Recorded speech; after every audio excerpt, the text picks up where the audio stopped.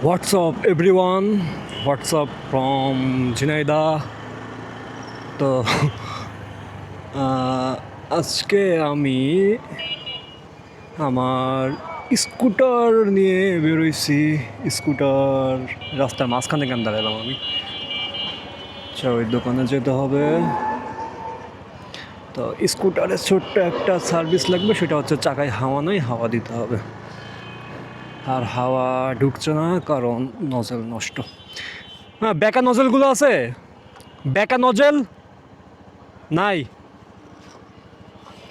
তো এই চাকার যে নজেল বা নল যেটাই বলে, ওইটা পুরো জ্যাম হয়ে গেছে। তো জ্যাম হওয়ার কারণে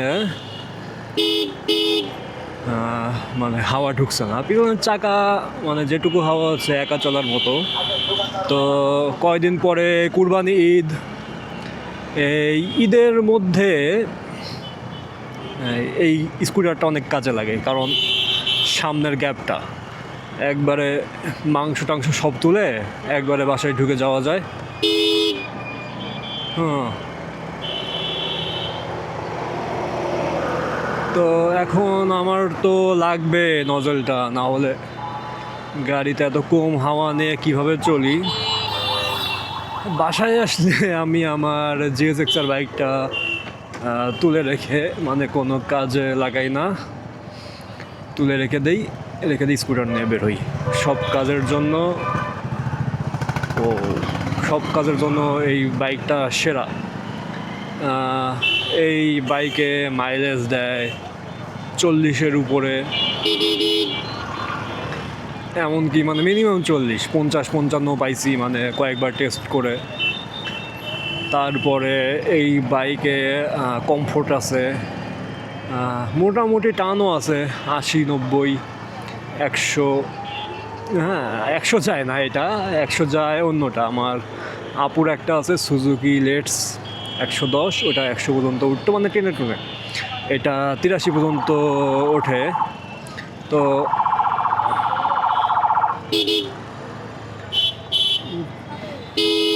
গাড়িটা আজকে কন্ট্রোল করে মজা পাচ্ছি না, কারণ পিছনের চাকায় হাওয়া কম।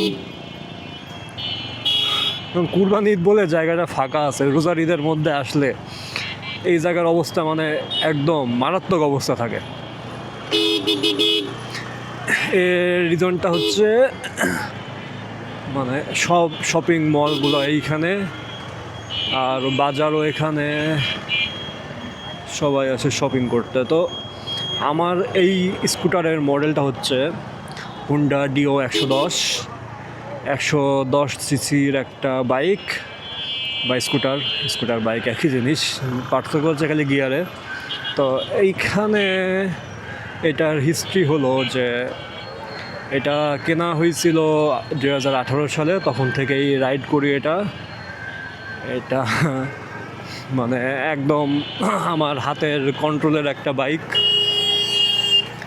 47,779 কিলো চালানো হয়েছে এই এত বছরে। সেই 18 সালের নভেম্বরে কেনা হলে এই সাত বছর কি 7.5 বছর হয়েছে এই বাইকের বয়স। তো এর মাঝে অনেকবার মিটার নষ্ট ছিল, মানে মিটারে তার কেটে গেছিলো। এই কারণে এই কিছুটা মানে মিটার একটু কম দেখাবে, অলমোস্ট 10-12 হাজার কিলো মতো, মানে ধরা যায় অলমোস্ট 60-এর কাছাকাছি চলছে এটা। এই হলো এই বাইকের কাহিনী। হ্যাঁ, ব্রেকটাও দুর্বল লাগছে অনেক। ব্রেকটা বাইকের একটা সার্ভিস করা দরকার। এখন আর এই বাইক নিয়ে তেমন ঘোরাঘুরি করা হয় না, তো বাইকের কন্ডিশন একটু খারাপ। আগে যখন এই বাইকটা নিয়ে ঘুরতাম, অনেক জেলা ঘুরছি। অনেক জেলা বলতে এই মেহেরপুর, কুষ্টিয়া, ঝিনাইদহ, চুয়াডাঙ্গা, এই আশেপাশের জেলাগুলো, তখন এই বাইক নিয়েই আমি ঘুরতাম। তো পরে জিএসএক্সআরটা কেনার পরে এই বাইক আর ঘোরা হয় না। এই বাইকের দুবার ইঞ্জিনের কাজও করানো হয়েছে এর মাঝে। ছোট বাইক, ছোট ইঞ্জিন, 110 সিসি।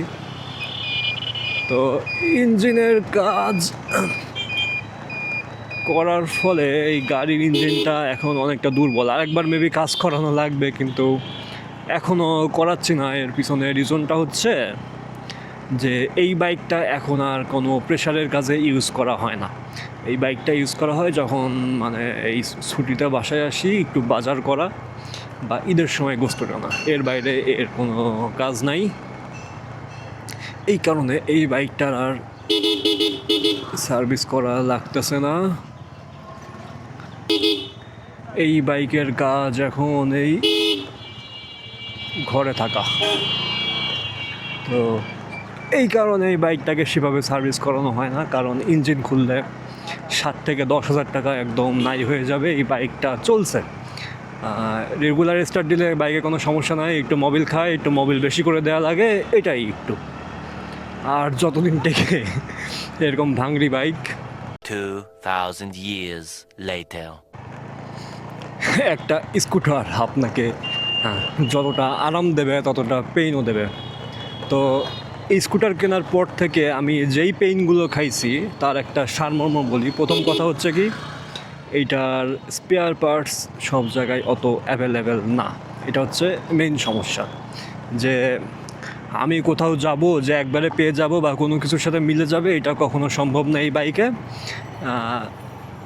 নাকি ফারুক মোটরসে টায়ারের দোকান লাগবে আমার, এদিকে তো আর থাকার কথাও না, আমাকে রিটার্ন করতে হবে। যাই হোক, তো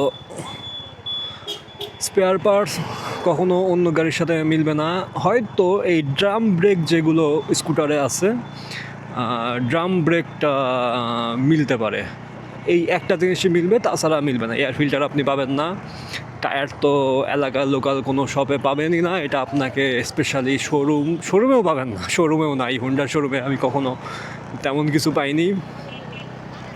তারপরে এর বিশেষ করে যে জিনিসটা নিয়ে আমি প্যারা খাই, এটা আমি 3-4টা কিনে রাখছিলাম, আমি জানতাম প্যারা খাবো তাই, কিন্তু বাসা চেঞ্জ করার সময় আমি সব হারাই ফেলছি, একটাও নাই এখন।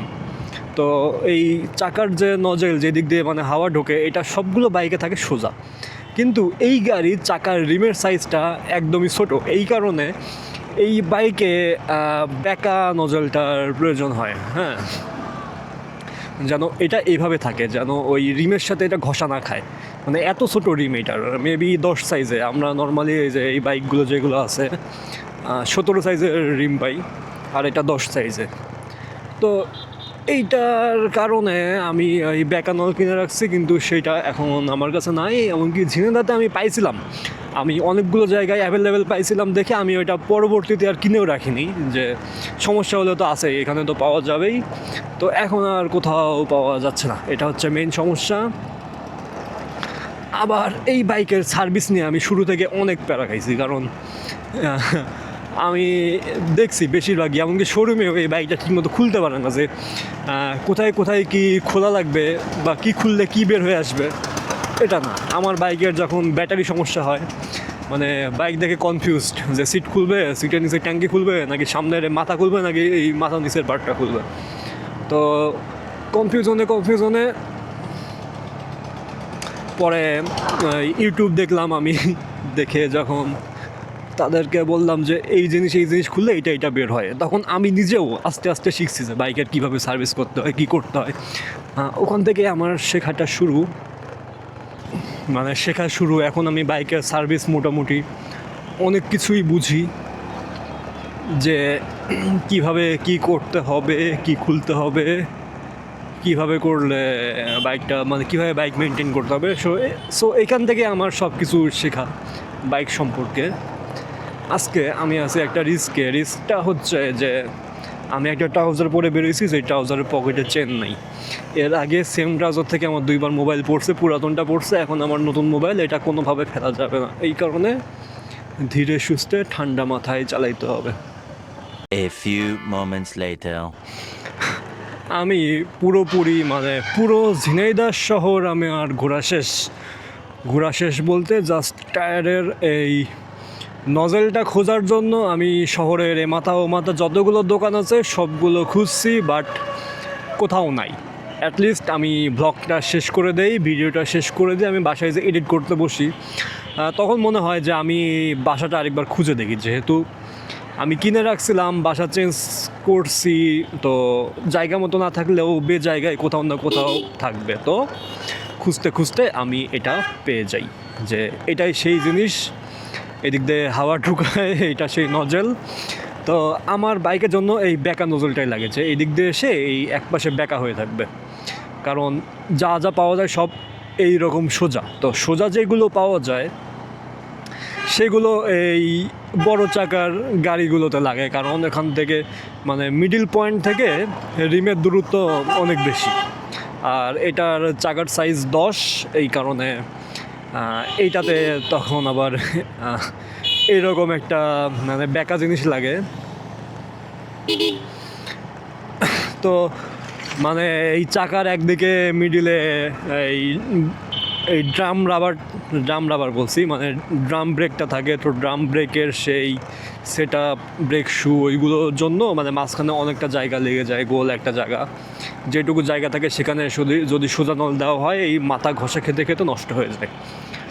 তো এইখানে একটা দোকান আছে সামনে, এই পাগলাকানাই মোড়ের পরে, ওইখানে টায়ারে টুকটাক কাজ করাইছি এর আগে, একটা বাচ্চা ছেলে আছে ভালো কাজ করে, তো ওখানে যাই, আজান দিচ্ছে তো ওখানে যাই যে কাজটা শেষ করে আসি। এই নজলটা লাগাই দেওয়া লাগতো, গত 2 দিন ধরে পুরো ঝিনেদা খুঁজছি, হ্যাঁ কোথাও নাই, চাকায় হাওয়া নিচ্ছে না, পরে বাসা খুঁজে খুঁজে এটা কোনো রকম পাইলাম, কিনে রাখছিলাম মনে হয় কোনো দিন। ওই ওই পিচ্ছিটা আছে না, সে খুলছিল, খুলে দেখছিল এটা নাকি ভেঙে গেছে মাথাটা, আর হাওয়া নিচ্ছে না। হ্যাঁ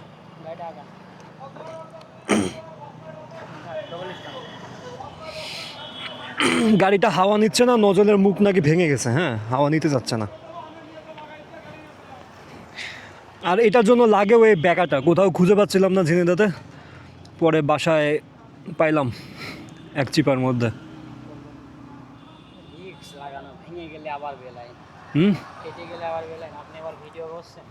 চলুক, সমস্যা ভিডিও করলে। আচ্ছা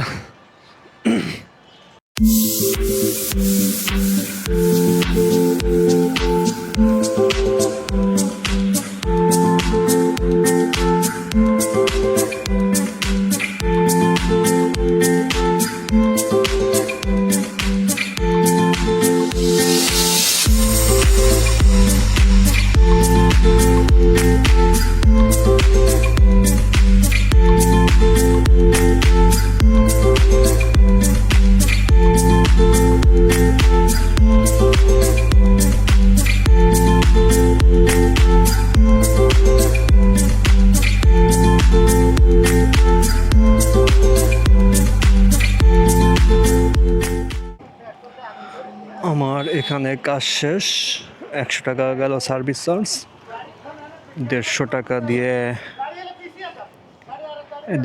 দিয়ে একটা জেল লাগাইছিলাম, যেহেতু চাকা অনেক পুরাতন, রিম টিম পুরাতন, তো এই জিনিসটা আমার খুব ভালো লাগে যে এখানে ফুয়েল ট্যাঙ্ক 5.2 লিটার, আমি এখানে একটা অকটেন বুস্টার নিছি, আর এখানে অনেক স্পেস। তো আমি যখন এই বাইক নিয়ে আমি ঘুরতাম, আমার এক্সট্রা কোনো ব্যাগ ক্যারি করা লাগতো না, আমি ফোনের চার্জার, পাওয়ার ব্যাংক সব কিছু এর মধ্যে আমি রেখে দিতাম। আর এখানে ফুয়েল ট্যাঙ্কি ফুল করা, আমি একটা অকটেন বুস্টার ঢেলে দেই, ওকে শেষ। তো এই জিনিসটা অনেক ভালো লাগে আমার কাছে, সুন্দর একটা স্পেস, এখানে ভিতরে অলরেডি অনেক কিছু রাখা সম্ভব, আর সামনে তো একটা ফাঁকা জায়গা আছেই। এই যে একটু আগে যেটা বলছিলাম, বাইকের এখানে কিক স্টার্ট, ডাবল স্টার্ট দিয়ে এটাতে কিক মারতে হয়, এটা হচ্ছে স্কুটারের কিক সিস্টেম, তো কিক কেউ মারতে চায় না সেভাবে। এই তো কাজ শেষ আমার, এখন আমি যাব বাসার দিকে।